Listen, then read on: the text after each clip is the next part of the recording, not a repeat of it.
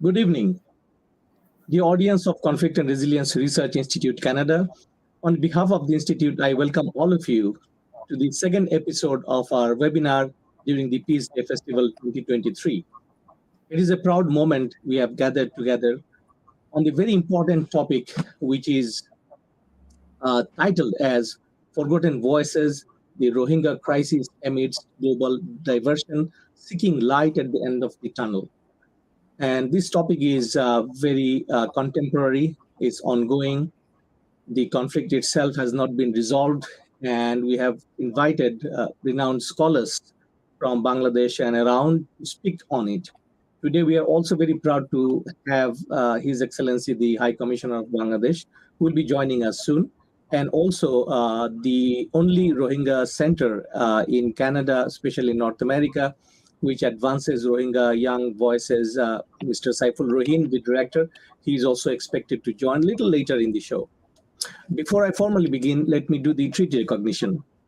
Conflict and Resilience Research Institute Canada is located on original lands of Anishinaabe, Cree, Ojibwe, Dakota, and Dene peoples, and on the homelands of Métis Nation.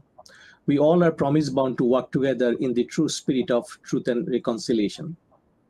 The audience, let me set the background of Peacedays. Peacedays is a space that has been created to promote and inspire understanding, goodwill, and compassion locally, nationally, and internationally. It supports and motivates people who want a culture of peace and compassion. And it encourages conversations and relationships that will inspire action, commitment, and the promotion of positive peace and peace literacy. Peacedays was inspired by Rotary World Peace Partners in 2003, envisaging the idea of a Canadian Museum for Human Rights as a beacon of hope for the oppressed, impoverished, and vulnerable peoples of the world. Peacedays grew out of a desire to celebrate the United Nations International Day of Peace, which is September 21. David Newman and Cam King, a previous Rotarian, co-founded Rotary World Peace Partners in 2003. It gave birth to Rotary Peacedays on 21st of September 2010. So it is the 13th year of this movement. And it was led by Leith Robertson, a former Rotary exchange student from Australia. And the intention of World Peace, this Peace Day is to have World Peace Partners back in 2003 was to inspire Peace Days and facilitate local organizers around the world community by communities starting in Winnipeg. And Conflict and Resilience Research Institute is very proud to be one of the organizers of the event during this festival. So we don't, and just we noticed that His Excellency the High Commissioner of Bangladesh has just joined. Thank you, sir, for coming in a short notice. Thank you. So as we planned, we would begin, but since the High Commissioner is already in stage, let me invite him first because High Commissioner might have other engagement. So don't want to prolong his. So, sir, do you want to speak a couple of words? And with regards to Rohingya crisis, I think we all are aware of the crisis at this point in time. And I also understand that Honorable Prime Minister of Bangladesh, Sheikh Hasina, is in United Nations as she's going to address the United Nations General Assembly. And Rohingya is one of the top issues that she's going to again discuss with world bodies about its resolution and with particular focus on repatriation. And Rohingya Crisis, Conflict and Resilience Research Institute is deeply involved. And today we are definitely going to listen from Dr. Zaman about his project, which he has undertaken very recently as a settlement expert. So without further ado, let me welcome His Excellency Dr. Khalid Rahman to kindly say a few words about the crisis itself and what he thinks, because he also visited the Rohingya Center very recently. And it came in the news in most of the media channels in Canada. Sir, floor is yours. You can go ahead, sir. Sir, thank you for inviting me, and I'm sorry to be late. And good to see friends like David, Hilal, Muhiddin. I heard their names, but I am not personally introduced to them. So, very briefly, let me say a few words. Let me start by saying the last word Dr. Kausar has said, that during the Zion Assembly this time, Prime Minister is on the way from London to New York right now. And there will be a special event to be organized jointly by Bangladesh, Canada, USA, and some other countries on Rohingya. And our Prime Minister will be there. In addition to that, she will be also meeting the Right Honorable Justin Trudeau there in some other events. So I believe these issues will be some way, somehow discussed on the sidelines of the ENGA. Now let me go back. We must acknowledge, and we will always do that, the contribution of the government of Canada in terms of their involvement in Rohingya crisis. Once this massive exodus started in 2017, Canada was one of the first country that denounced it and came up with support. Honorable Bobry was appointed special envoy, but and also Canadian government, earmarked, allocated 280 million US dollar. I mean, for 3 years. I mean, this is second tranche, the second 3 year budget is allocated. So we all acknowledge that, and we thank the Canadian government, Canadian people, to be beside Bangladesh in support of this humanitarian crisis. Having said that, to me, I'm sorry to say I'm High Commissioner of Bangladesh in Canada, but I have to say, and I have said this, that Canada's response to the crisis now, I think, in my view, is not really up to the standard. It is, to me, grossly inadequate. Why I'm saying this? Once Honorable Bob Ray left to be ambassador of Canada in the UN, no envoy was appointed.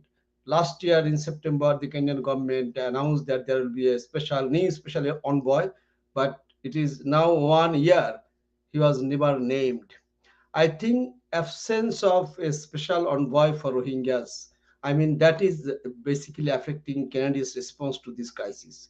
So this is my view, and I believe that Canadian response to support the case in ICJ should be, I think, more rather than what legal support they are providing. And Canada, Netherlands are one of the few countries that are, also supporting. But the support is also, I think, should be strengthened. As we have said, Bangladesh is paying huge, hefty amount of, legal fees to the firm that is now running this case. OIC is providing some support, but countries like Canada and other developed friends, partners, they should come up with huge financial support, which is also lacking. And in this connection, I have to say that government of Bangladesh spent 1.69 billion US dollar alone last year to support the Rohingya crisis. I mean, you all know all these facts. I don't have to repeat. And I can only say that there are not only socio-economic implications, there are also security implications of these 1.3 million Rohingyas continuing stay in Bangladesh. I think things should be really changing from next year. There is a tripartite effort, China, Myanmar, Bangladesh. I think that is also, I mean, not really yielding desired result. And in terms of resolving the Rohingya crisis, we are friends to all countries, but I have to say that the response from our developed partners, including Russia, China, and of course Canada, USA, and other Western countries, I think the attention is grossly now inadequate to the Rohingya crisis. And I'm sure we all know that the conflict in Russia and Ukraine has really diverted the attention. And at the same time, these sanctions, the Western countries have come up in regards to Myanmar. It is also inadequate. There are sanctions, but this is inadequate, and that is really not compelling the Myanmar regime to change any policy. And at the same time, regretfully, these developed countries are also investing in Myanmar, despite all this sanction, despite all this, crime against humanity. And this is a double standard, and that is basically empowering or emboldening the hands of the regime in Myanmar. So, there are a lot of, I think, issues, that goes against each other. Uh, of their support. So these are the issues. And last point I like to just add that, as Dr. Kausar has said, I visited the Rohingya Center in Kishanar. I met the MPs there and had discussion with them. Canada's response to Rohingya resettlement is also grossly inadequate. What they are trying to say, they are basically very few Rohingyas are coming, say in 5 or 10, 15. Only it is as part of the family reunion. It is not basically resettlement. The families that are already in Canada, they are trying to bring only those family members. And there are campaign against Bangladesh, misleading propaganda against Bangladesh, that Bangladesh government does not issue exit permit, which is grossly lie. Bangladesh is ready to issue exit permit if the number for the resettlement of Rohingyas is in thousands, not in 5 or 10 or dozens. It will not have any impact. So I think this Canadian policy on resettlement of Rohingyas should be relooked, and I think it is grossly inadequate. They don't have any, very clear-cut policy. At the same time, there are propaganda in Bangladesh that Bangladesh does not issue exit permit. We are ready to issue exit permit provided the numbers are in thousands. And some of the honorable ministers here, they told me that, they're ready to bring 20, 30,000. I said that even if start by a few thousand, I am giving you the guarantee the exit permit will be issued. So I think Canada does not have any clear-cut policy on Rohingyas now. And I think one of the reasons for this is that the special envoy is not yet named and has not taken charge, or he has not assumed his responsibility. So I stop here. I'm really not very well for last few weeks, but I thought this is something very close to my heart. I really care for this, rights of these people, this displaced people from Myanmar. I think the Rohingya population deserves to be treated on a non-discriminatory way. The way the other displaced groups are being treated by Canada, like from Ukraine, like from Syria, like from Afghanistan. If you look at their numbers, Rohingya is nowhere, almost nowhere. So, but my plea, my appeal to the Canadian government will be that, but whatever policies there, it should be really non-discriminatory, fair, and objective. And Canada is our very good friend, trusted development partner, and we really look to this cooperation, collaboration with Canada more than with any country. So I stop here, and maybe I'll be listening to you for some time, but I may leave. Thank you very much, Kausar, for having me. Thank you, sir. Thank you so much. Very inspiring. And I think from High Commissioner's a very broad macro level overview, we have come to know the latest developments, and especially on the question of resettlement. This is really going on for such a period of time in Canada, and I don't think I totally agree with you, High Commissioner, that no substantive development has taken place with regards to bringing a large number of displaced person in Canada. So with this, definitely we thank you, His Excellency, for your time, and feel free to leave whenever you want. We are so grateful for your presence. Now, the audience, I'm also very grateful today that Gary Senft and David G. Newman, they are with us, and they are going to engage the speakers during the Q&A session. Thank you, Gary and David, once again. We are now going to invite Dr. Mohammed Zaman, who has kindly consented to come here, and he is now in Islamabad, and he has traveled quite a far and it's early morning. He has joined us. So Dr. Zaman is a resettlement specialist, and I would request Dr. Zaman to kindly introduce himself to us in a way that we understand his works, and especially I would request him to share his latest initiative with regards to Rohingya issues. Dr. Zaman, sir, floor is yours. Please go ahead. Thank you, Kausar, and thank you, and good morning and good evening. Uh, I live in Vancouver.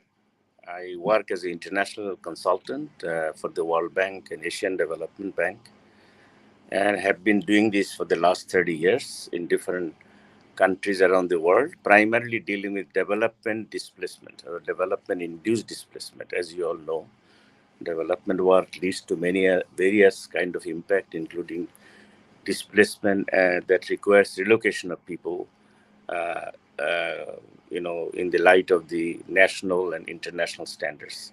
I'm not going to go into that, but I'm in Islamabad this morning. I was here with the World Bank on a hydropower project, which is in the remote place in northern Pakistan in the Khyber Pakhtunkhwa province. I've been following this for the last 8 years.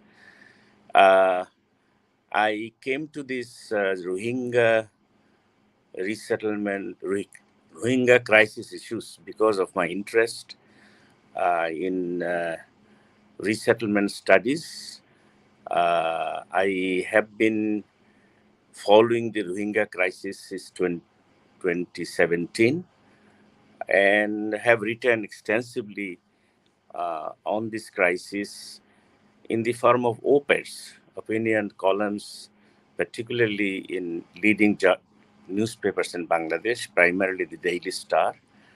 I have perhaps published over 50 pieces right from the beginning of the crisis, and I have followed it. Many of you probably have read some of my pieces, and some of the op-eds have also been reprinted in the regional newspapers in Pakistan, in Thailand, in Singapore, in India, and other countries. Uh, I have been working with two colleagues, Kausar Ahmed and Bob Anderson, over the last several months on a book project we call Rohingya Book Project. Taken this initiative to develop an informed view of the Rohingya crisis. Now, we all know the details of the Rohingya issues. I'm not going to deal with it, but what I want to say very clearly that the Rohingya crisis is fairly complex story. It has many different dimensions, and I don't think it's properly understood in the West. Many people see as an issue being of a Muslim in Burma. Many people wants to look at the human rights perspective, which is very strongly endorsed by everyone. There are socioeconomic, cultural, religious, human development, local and regional security issues. Honorable High Commissioner have already mentioned some aspects of that. So we have undertaken a project to develop uh, what I call an inside perspective of the Rohingya crisis, looking at the crisis from within and from outside also. Outside meaning people like you and me who are interested and have followed this story fairly well. Now I will come back to the Canadian part later, but let me say what the project is. It has the status of the project. We just started. We have sent out a call for papers to potential contributors. All three of us have reached out to people and scholars that we know personally, and the responses are very positive. And as you know, writing a book of this scale, looking into various aspects of the problem, we are not looking into just resettlement. We are looking into the history, the culture, the factors that led to the genocide, colonialism, post-colonial aspects. We are looking into the current contemporary issues in Cox's Bazar and in Rakhine State, and the role of ASEANs in other countries, particularly the big players like China, India, and to some extent, despite the support, the double standard they are playing. They want to support Rohingyas, but they're selling arms to Burma, both India and China. China has taken a lead, and assisting the current move for repatriation of the Rohingyas bilaterally between Burma and Bangladesh. And this is unlikely to work because they are not looking at the real issue.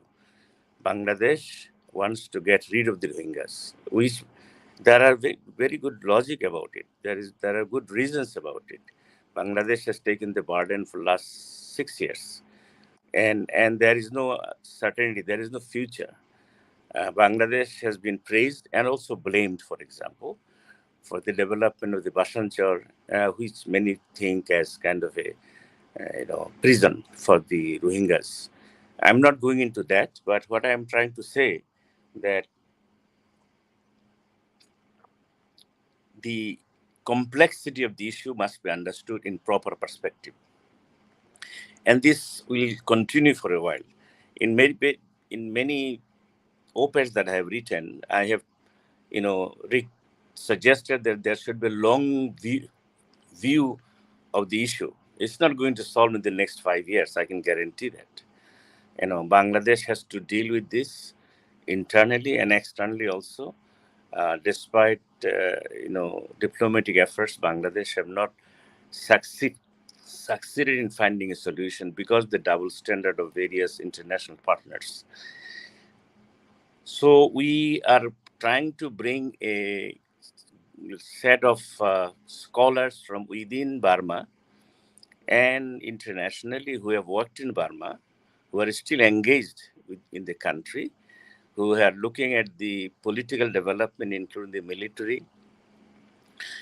And remember, the Rohingyas have never been accepted by the Burman or by the Buddhist.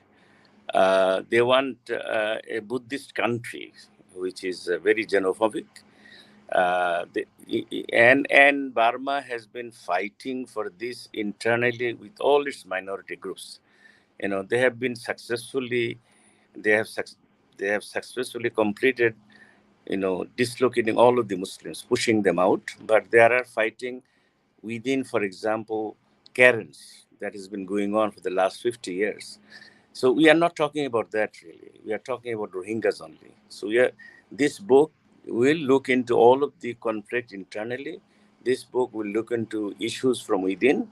This book will look into the current contemporary uh, uh, situation, and also document it both from an academic and policy point of view.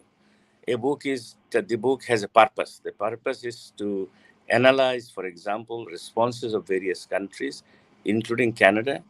I am a Canadian citizen. I have lived in Canada for close to 50 years now.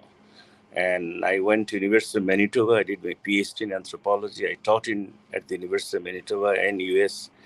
And I have been working internationally. I have also visited the Rohingya camp in Cox's Bazar at the early stage, which was year 3 of the conflict. We need some clear direction on what should be done, both from academic and policy point of view. I now am going to talk about the third country relocation. His Excellency High Commissioner has talked about Rohingyas coming to Canada.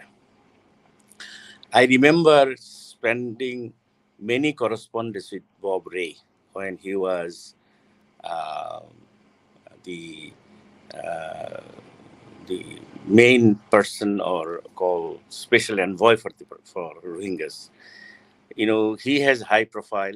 He's a very distinguished public figure in Canada, Now, I don't think, other than highlighting this issue from a genocidal perspective, and bringing out some of the major issues early on the genocide perpetrated by the military, and also lack of any international initiative to put these people on trial. Bobre's mission produced practically nothing.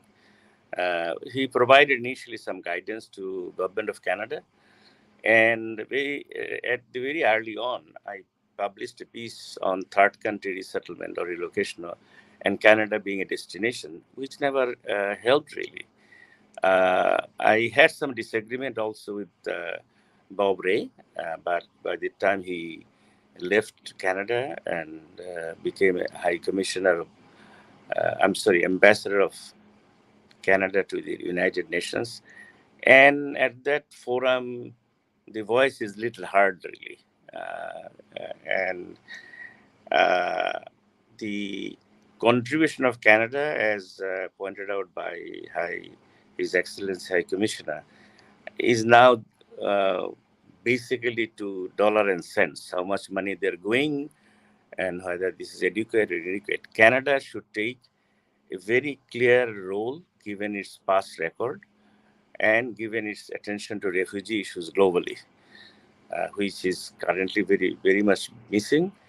And I have requested one of my very close friends who lives in Ottawa and who was a civil servant for many years to write a response to this, to prepare a chapter on Canadian response to the Rohingya crisis. We should look into the history and also provide some guidance with regard to how Canada should do it. So I provided sort of a broad overview of my current work and my plan for a book, which will take quite a bit of time. Both of you who have written books takes about project 2.5 years to 3 years time. But meanwhile, I will continue writing on the Rohingyas. My last piece was published in the Daily Star about 3-4 weeks ago, called 6 Year On, but there is no the resolution is still very elusive. There is no light at the end of the tunnel, as we are saying. We are still exactly on the same time which where we were right at the first initiative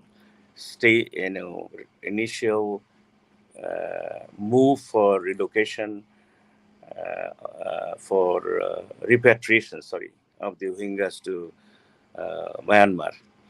So again, let us understand the project holistically, and let us understand the issues from all perspectives to find a resolution.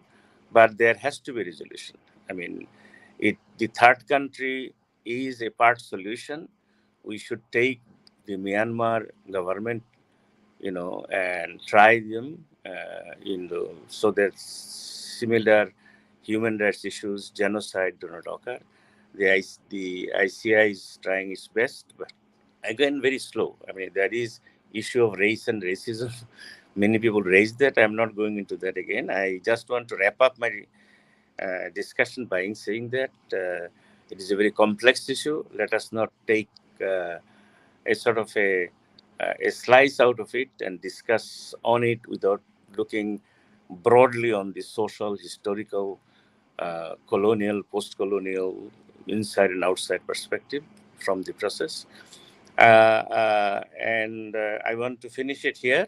And if you have any question, I would like to take it because I have to pack up myself for my flight back to Canada today. So I will leave you. Sorry, I won't be able to participate with the discussions. But if you have any question, Dr. Kausar, I would like to take those questions now and then say goodbye to you all. Thank you, Dr. Zaman, for the very, I would say, insightful comments and your own contribution. And I'm sure the op-eds are still available online, and we can go and revisit his op-eds. The audience, if you have any questions, particularly geared towards Dr. Zaman's work, we can have it because he wants to leave for the next flight to Canada. So, David, Gary, Dr. Halal, if you have any questions to Dr. Zaman. Very Gary. quickly, David Newman here. Sorry, Gary. Mohammed, thanks very much for your presentation. It's 6 years now since the genocide, and my question is, what is the potential for crimes against humanity to be brought before the International Court? The case is in the court, so it has not moved. Only very recently there was some groundwork in Bangladesh by the International Court of Justice. The response has been very poor. If you compare it with the crisis in Ukraine, which got some priorities. So many people are looking at it from other angles also. These ruling by the court, even if it is against Myanmar, would not really very much helpful other than a ruling by the International Court of Justice. The resolutions should come both bilaterally and multilaterally, as a political process, more so than a legal process. From a legal point of view, there is right and wrongdoings for sure. We can brand somebody as a perpetrator and bring him to justice, but that is part of the deal.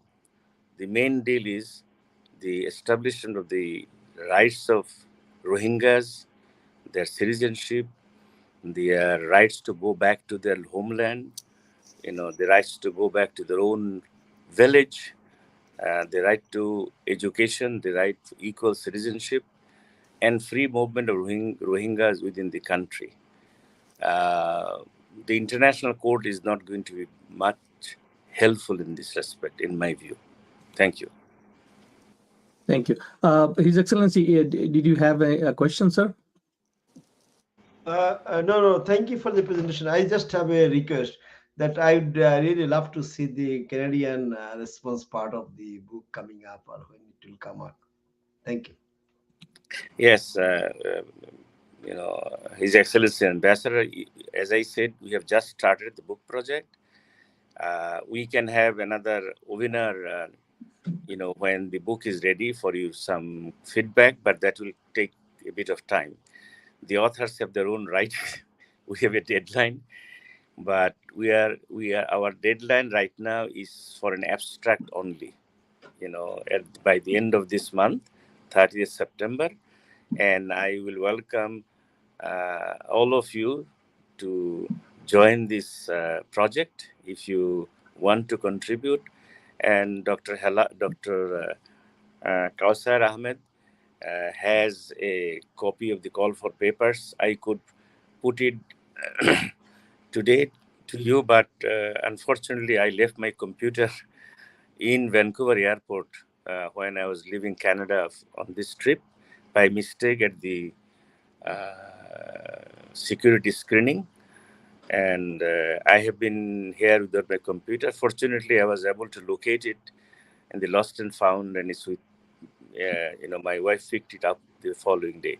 So all my reports and whatever I have done, particularly with regard to Rohingya, I could share some of that with you. I am joining you via my iPhone.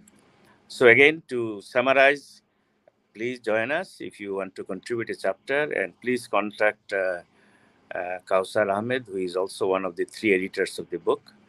And thank you for asking this your question. His Excellency the High Commissioner. Thank you. Gary, you had one question. Please, sir, go ahead. Yeah, just briefly, it's been a crisis, and refugees have been displaced. is the current state that there are still, more people having to flee the country and further refugees, or is it fairly static from the inflow perspective into Bangladesh? I would say it is static, to use the word, but of an estimated 2.5 million Rohingyas in Rakhine State, only about 250 or 300, we don't know. These are all estimates. People live in Rakhine. The rest have left, you know, Myanmar since the adoption of the new citizenship law, and people have migrated to Saudi Arabia, to Gulf, to many East Asian countries, and to very small numbers in US. Uh, so there is hardly any Rohingyas in Rakhine State, other than those who are in the uh, uh, sort of camp. The camp that has been prepared for them, concentration camp, you can say, in Rakhine State. There is no freedom for mobility, and these people are living in camp like the other Rohingyas are living in camp in Cox's Bazar. So to summarize my point, there probably would not be any more Rohingyas coming from Myanmar to Bangladesh, but the number within the camp is increasing, as you know, every year by about 60,000.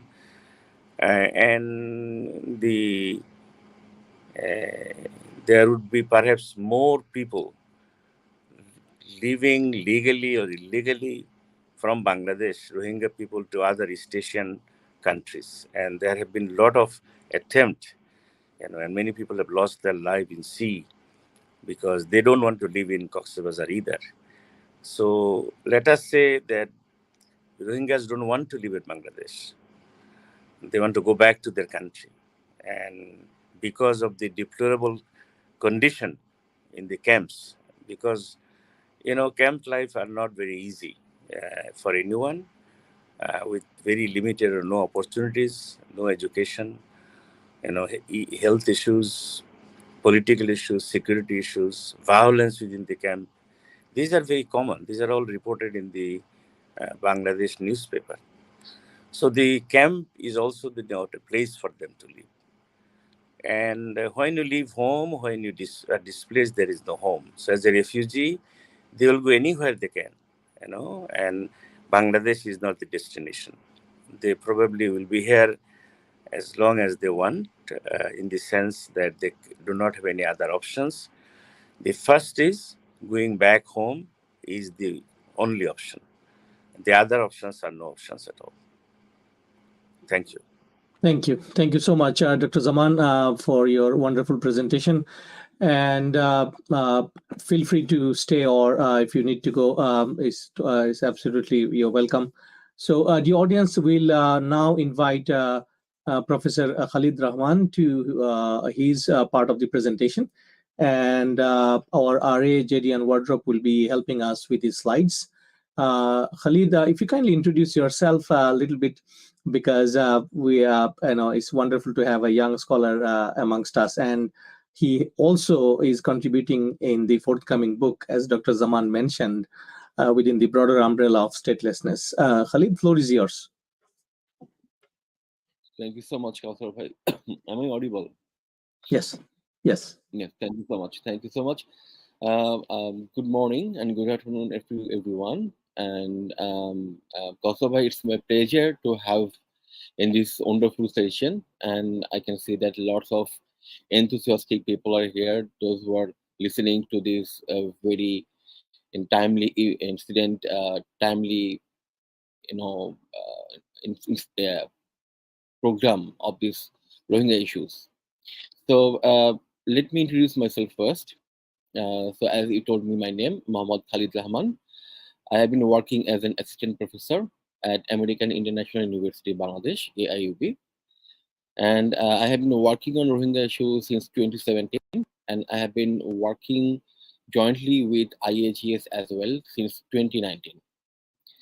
So as Dr. Zaman sir has said that this Rohingya issue is a very complex one, and we should see this issue not only from legal perspective but also from socio-legal perspective.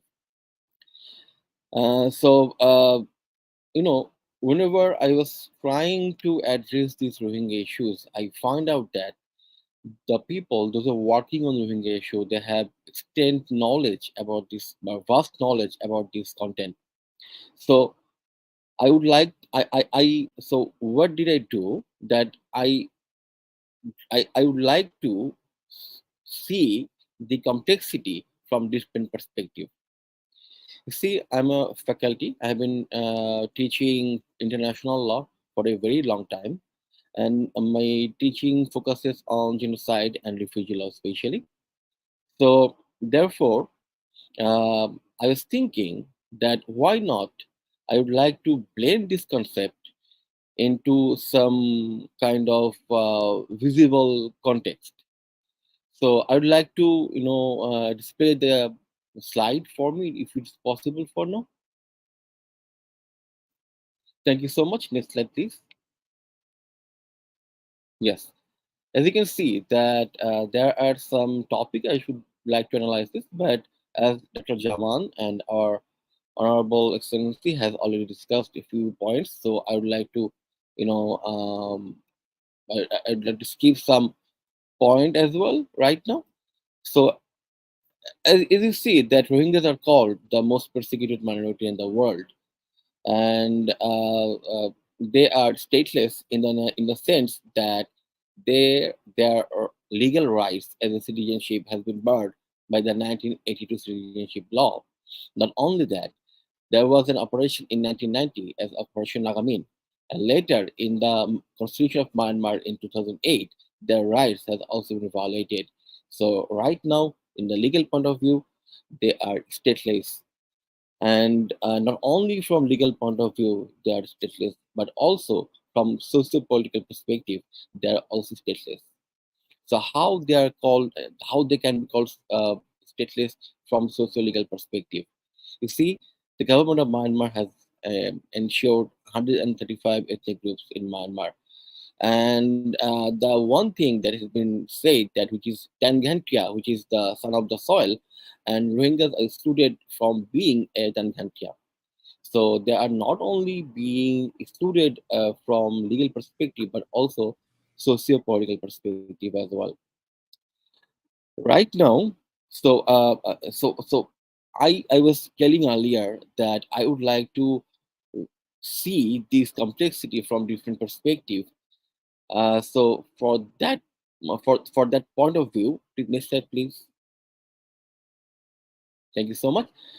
For that point of view, I actually made a documentary film to visualize the complexity, the people, to understand easily that what is the sufferings they have faced, and how they are, and then the an urge of their Rohingyas, and how their situation should be should be uh, focused and portrayed to the other people.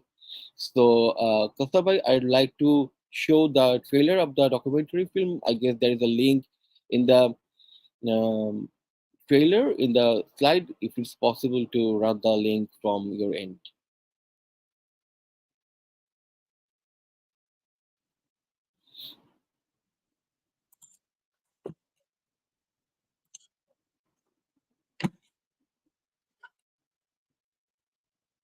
Uh,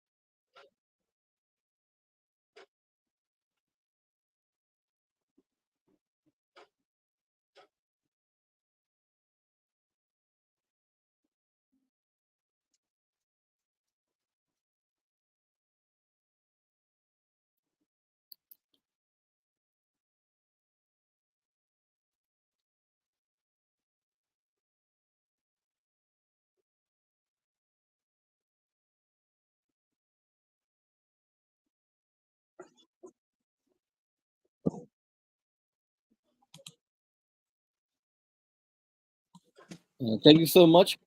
Uh, Next slide, please. So, as you can see, that the intention of making this documentary film to visualize to the complexity of the Rohingya people.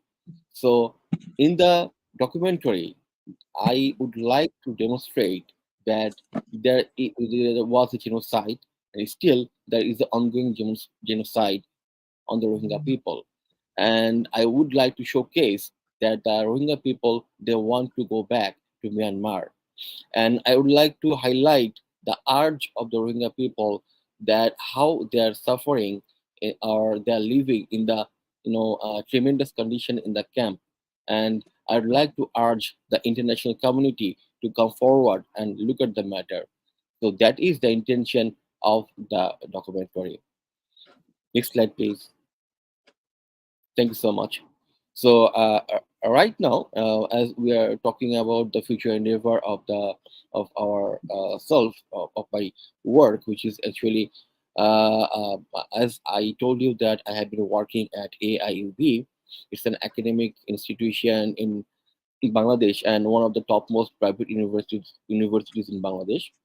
So right now, CRRC is currently working on MOU, Memorandum of Understanding, with AIUB. So right now we're working on this project, on this process, and we are. I have the opportunity to talk about the next project, that my next film with CRIC, which is actually focusing on the statelessness of Rohingya people and the Kurdish people. So the title is not finalized yet, but the primary context of the next project will be like silenced voices, the plight of statelessness, and the logline is here. So let me discuss briefly about the next project on the silenced voices, the plight of statelessness. So it is a thought-provoking documentary that explores into the tormenting experiences of two stateless minority groups, the Rohingya in Myanmar and the Kurds in the Middle East. While their struggles have gained international attention in recent years, this documentary film uncovers the long-standing stories of oppression and persecution that have plagued both communities. For decades, the Rohingyas have lived under the constant threat of losing their rights, enduring continuous state pressure even before the independence of Myanmar. The documentary film reveals the heart-wrenching stories of Rohingya refugees forced to flee their homeland, their inhuman livelihood in the camps, and their lives torn apart by xenophobic state forces. Drawing parallels with the Kurdish people, the documentary explores the unnatural similarities in their experiences of organized violence and state oppression. Kurdish people in the landlocked region of Kurdistan, surrounded by Syria, Turkey, Iran, and Iraq. However, as international interest in the region shifted, the situation rapidly deteriorated. This documentary film sheds light on the historical context that led to the Kurdish struggle, including the role of language in the preserving their identity. Through powerful narratives, first-hand accounts, and expert analysis, Silenced Voices, The Plight of Statelessness exposes the untold stories of those stateless minorities, emphasizing the urgent need for global awareness and action to address their plight.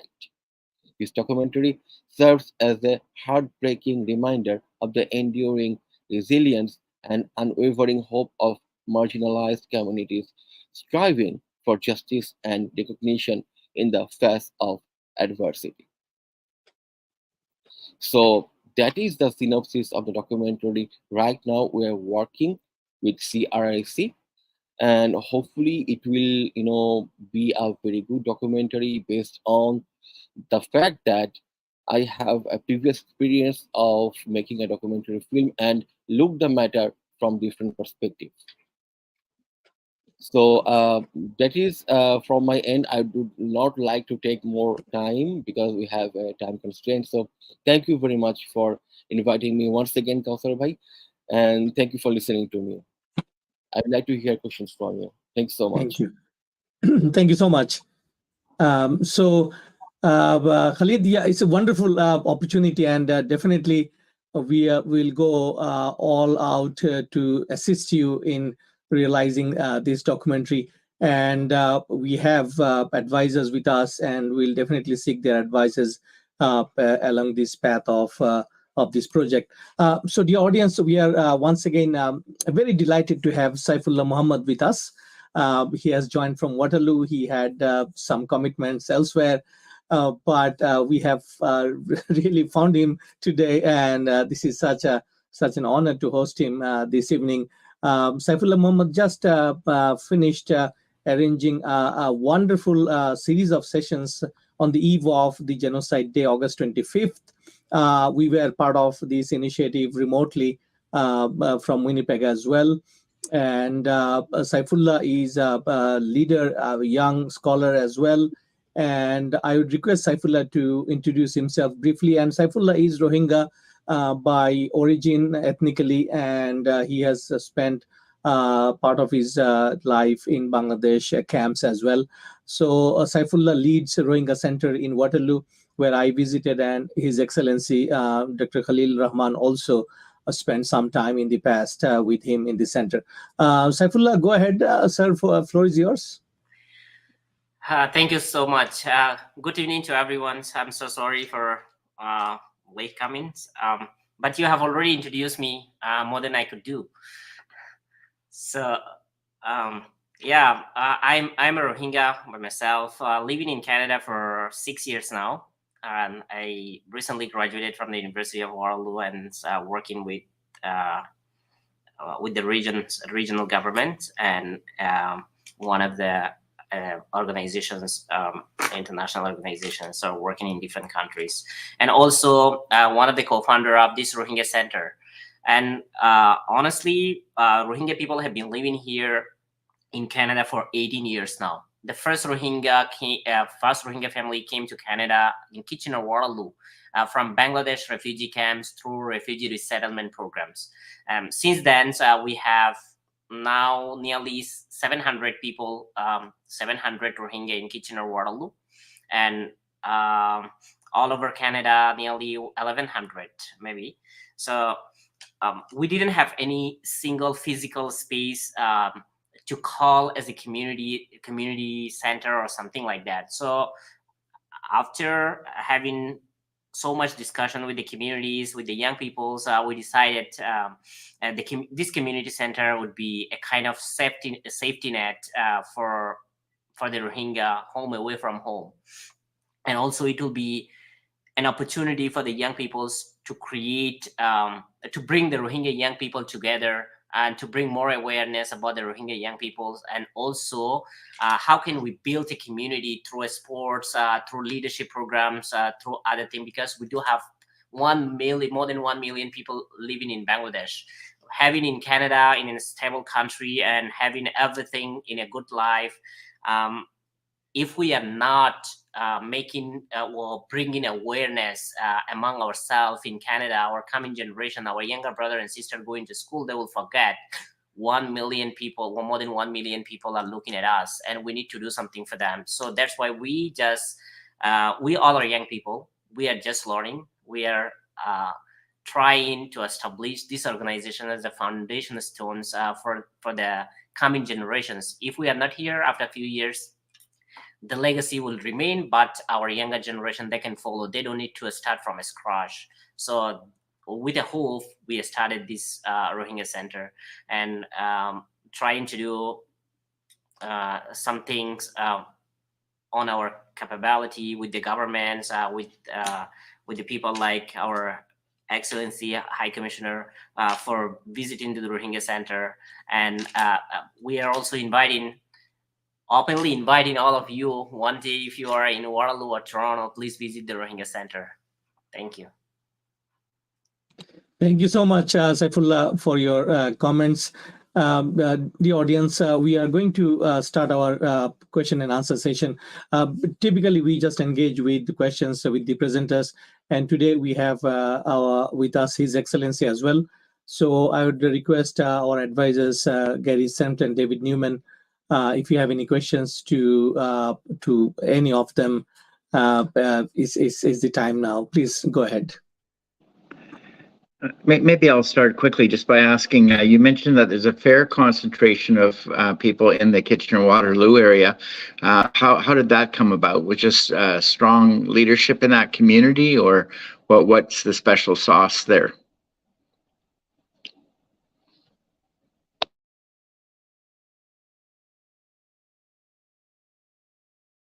I mean, the question to me, right? Sorry.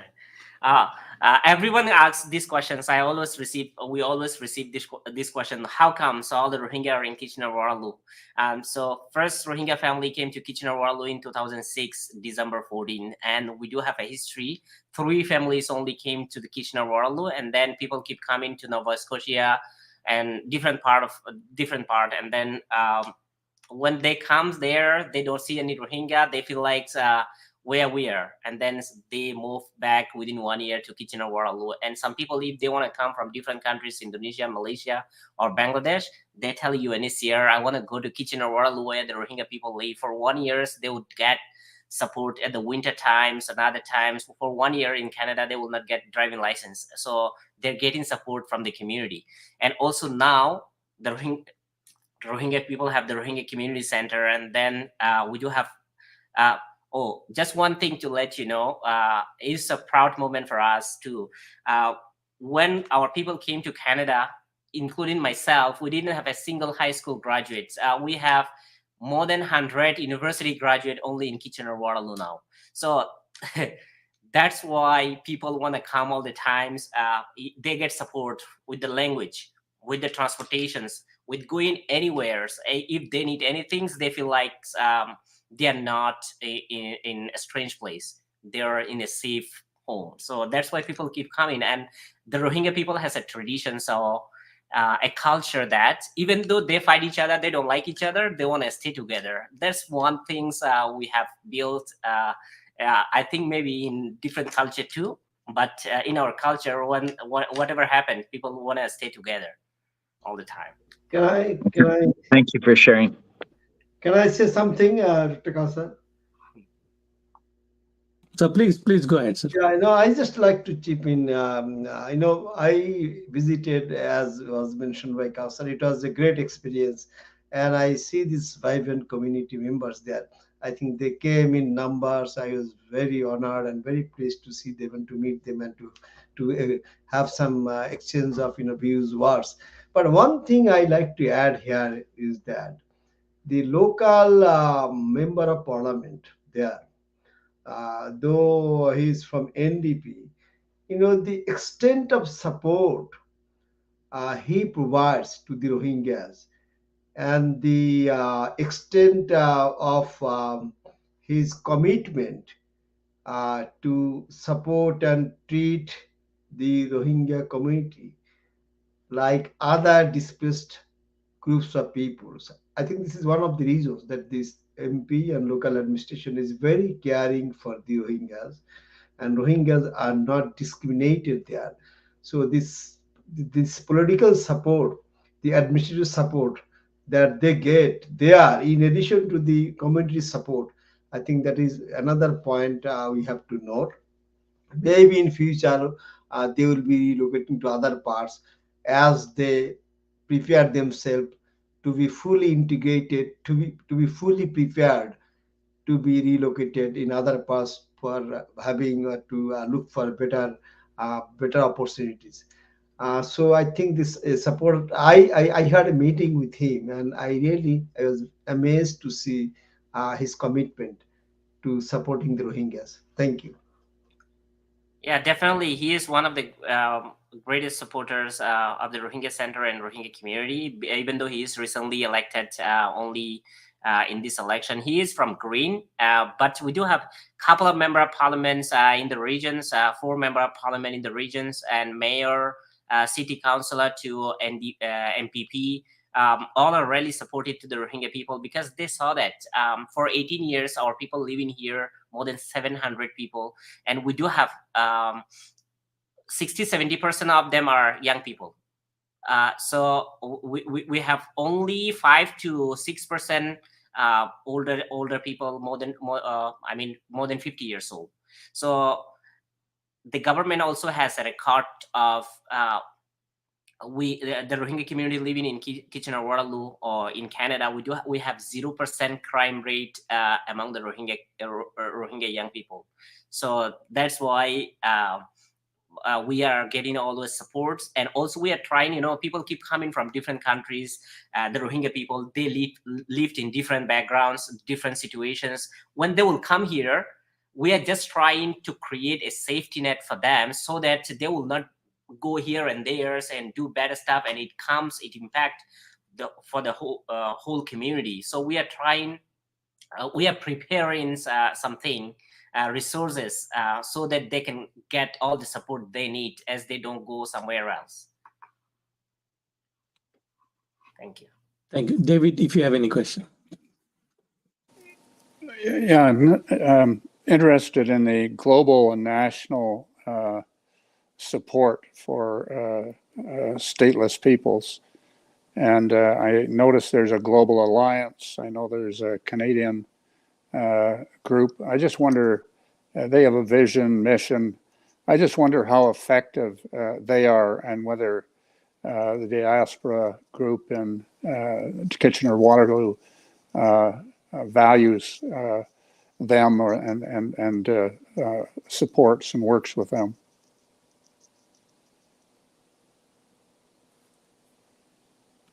Saiful, a question to you, possibly. Yeah. Saiful, do you want to address the question? Yeah. I didn't get it clearly, because I thought it is a comment. So. Oh. Okay. There's a global alliance for dealing with statelessness. There's a Canadian national version of that, and there's a European version of that.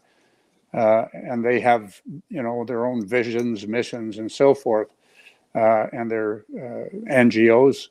I'm just wondering whether they are seen by the significant numbers of the diaspora group in Kitchener-Waterloo and yourselves to be of value, and how can they be more effective to deal with this international issue of considerable importance. Yeah, thank you so much. And we know a couple of the organizations working on refugees, statelessness, and some other researcher in Canada. Not honestly, not many. And we don't have that. We didn't have that much connection, because we are a very young community in Canada, and we all were in the school, just coming out from a school and doing our own network and research and getting to work now. So we'll be more than happy to collaborate and to cooperate and to work together. If anyone's want to work together with us, and we do have human resources in our community. We do have people who working in different fields, including research to AI to political science to everything. So we do have not that much, but some people who are capable of working on that. And another one thing is, I have to be very clear on things on statelessness. The word statelessness is one of the complicated issue we are having among the Rohingya community, because we are trying to negotiate with the NUG or Burmese government or others. We are not stateless. We are not, and some people made us stateless. We call it render to a stateless. So some people clearly said that Rohingya stateless Rohingya people. So we can't tell them anything, whatever they want to write. But we want to remind them that the Rohingya people is not very happy when you call us stateless. But you can call us if they are made a stateless or they are rendered to a stateless, something like that, de facto stateless, not directly stateless, because we had a state and we were the citizen of Burma since 1982, and we had everything on our hands. It was forcefully taken away from us. Okay, can I ask another question, which shows, hopefully, is not perceived as insensitivity in any way. But our experience in Canada with our own Indigenous peoples has been very instructive for us as we go through a process of learning our own history and how we perpetrated colonization, colonialism on the original peoples of our country. And we've now, with that increasing understanding, we are going through the acknowledgement of that and the apology for it and the reparation for it, and now working together as equals towards a better society of Canada.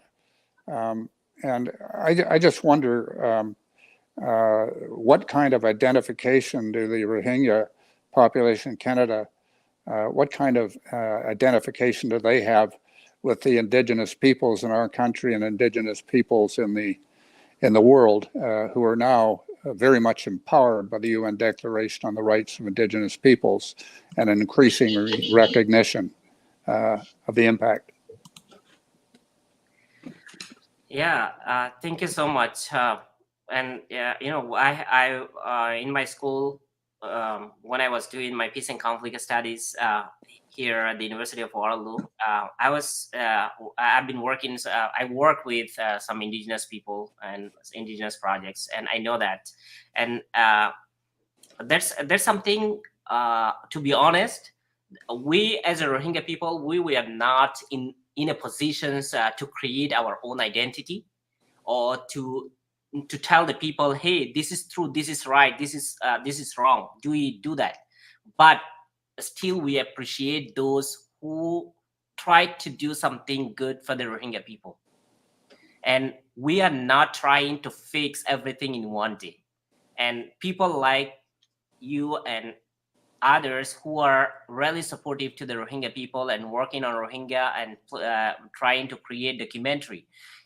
Being even Rohingya, we always do mistakes on our own, and some people not being Rohingya doing something for us, they might have something like that. So that's why we always try to collaborate with them, to work together with them, and if they are mistaken or they are not understanding some cultural nuance, and we are just here to let them know, hey, we can do it together like this, and then this way, that way. So that's why we are just trying to create connections to reach out to the people, right peoples. And if you know anyone's working on the Rohingya file or Rohingya projects or anywhere, so we are always ready. Like Brother Kausar, I'm always trying to be as much as supportive as I can whenever they are trying to do something. And also we do have hundreds of Rohingya young people here in Canada and other country. We do have a group, great network of people.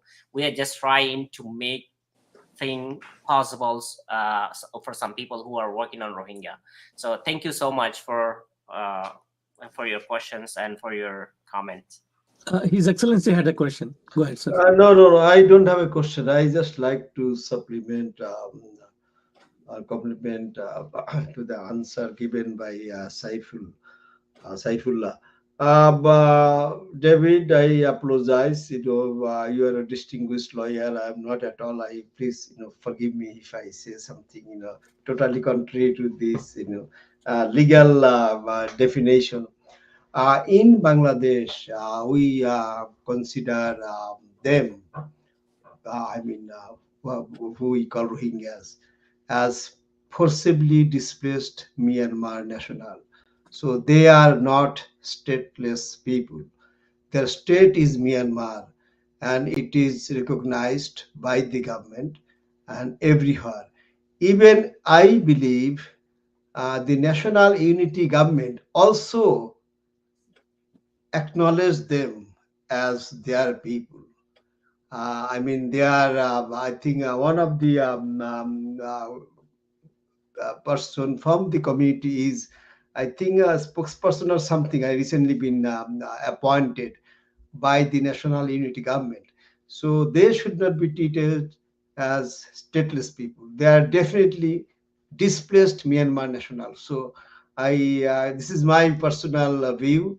As you know, I mean, this is also the position of the government of Bangladesh. So please forgive me if it sounds something not legally supported, because you're a lawyer. I'm not. Thank you. No, I know thanks very much for intervening. I'm well aware of the sensitivity about the language and this and this is why it's so important, I think, for the audience to get this right, and we want to hear it from the Rohingya voices here, and that's how we've learned from the indigenous people of our country, peoples of our country, because there's so much diversity.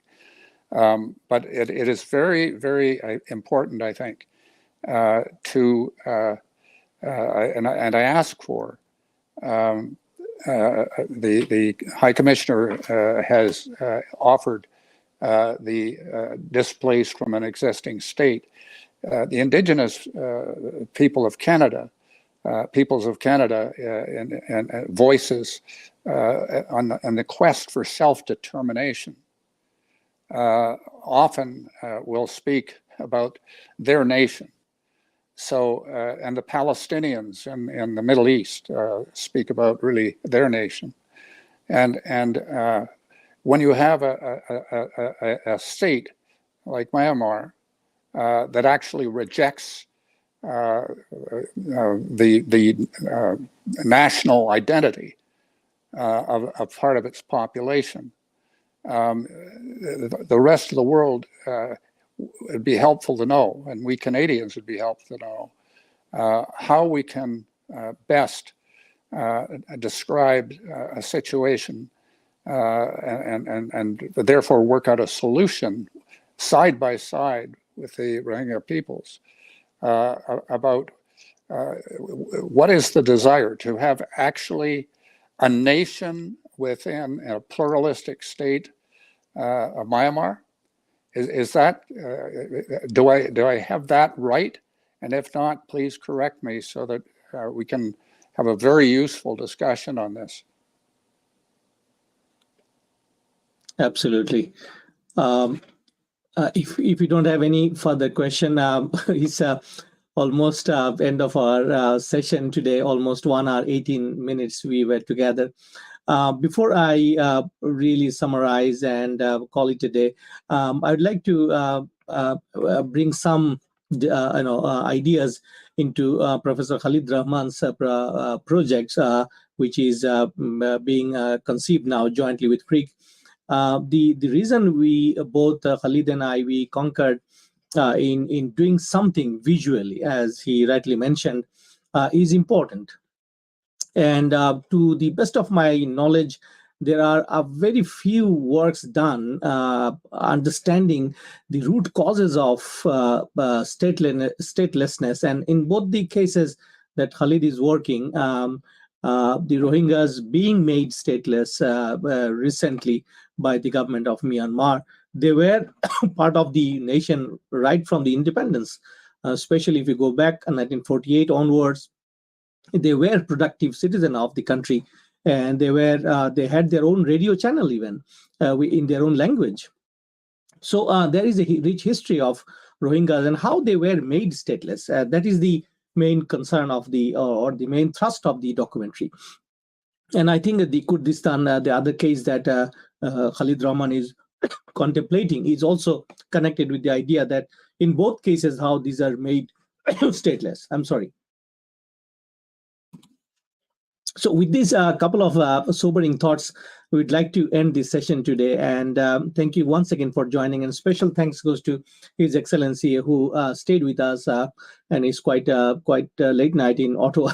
Thank you, sir, for coming with here and sharing your thoughts. And His Excellency is deeply involved in this issue, right as he assumed the office in Ottawa.